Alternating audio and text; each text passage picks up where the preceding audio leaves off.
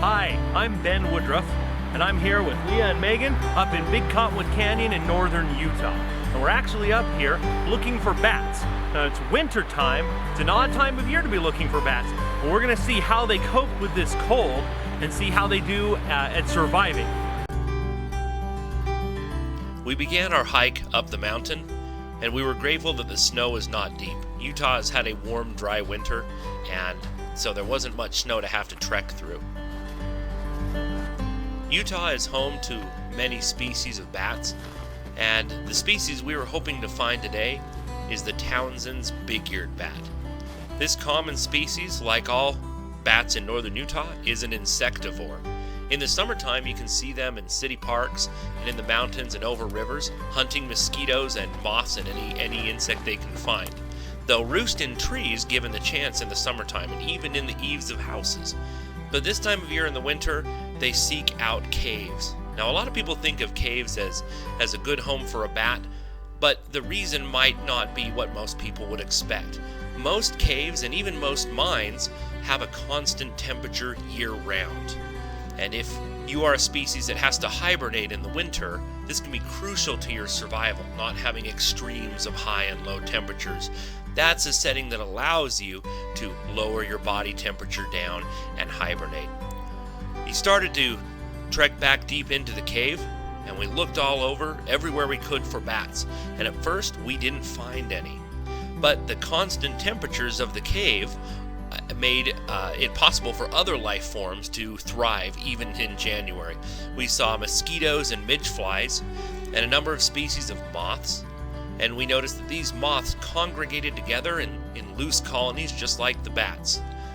There were many strange shapes, many species of moth that I was unfamiliar with, that had never even seen before. Some of them were brightly colored and some of them matched the rock. We even found cave crickets alive and wandering around. We kept looking and searching, and eventually our perseverance paid off, and we started seeing bats. Bats we found were all hanging opposite the entrance of the cave so that they didn't get the cold winds.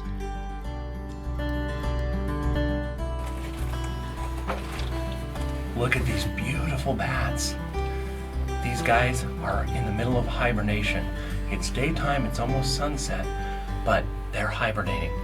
But the funny thing is, here in Utah, these bats hibernate when it's below freezing all winter long. But we've had an unusually warm winter this year, and so we've had temperatures well above freezing, even here in the mountains. And so you see, some of these have their ears all the way tucked away. And you see these guys right here. They have their ears out, they're listening. So it's important that I'm not too loud, and we don't want to disturb them. It's possible that this bat and this bat right here are in deep hibernation, and this bat and this bat are not. They're in sub-hibernation, which means they're more aware that we're in here. They can hear me right now, and if I'm too loud or if I were to touch them, which won't do, that could disturb them. As we looked around the cave, we saw more and more bats. Many of them were alone. Some of them were hanging out all by themselves. Some of them were hiding deep in cracks. But by and large, most of the bats were in groups of 4, 5, or 6, huddled loosely together as a way to keep warm. I came to this cave a few months ago, and when I came here, I checked the temperatures of all the bats to see if they were in deep hibernation. This year has been unseasonably warm. It's been in the 50s, and so we want to see what temperature these bats are at. To do that, I'm going to use a thermal imaging camera. And this, instead of seeing visual spectrum light, we're actually going to be able to see the heat signature of the bats and of the cave and see if in fact they are still in deep hibernation. The thermal imaging camera allowed us to see the body temperature of the bats, and I was shocked to see that they were all about 10 degrees warmer than they had been about a month earlier. So all of the bats were in sub-hibernation. As we went throughout the cave, we only found Townsend Big Eared Bats, and all of them were in sub-hibernation, not deep hibernation. This has been a really amazing trip to this cave. It's January, it's mid-January, and I came up here about a month ago. All of these bats, their body temperature was just basically 2 or 3 degrees above freezing. Hibernation is costly, but it's a way to survive. Bringing your body down just barely above freezing keeps you from dying. But if there's food available, it's way better to come out of hibernation. So what we've seen here in Utah, northern Utah, the temperatures have been 40, 50 degrees up here in the mountains. And so these bats, they're at sub-hibernation. Instead of 36, 37 degrees, they're at 42 to 48 degrees. So they're in pre-coming out of hibernation.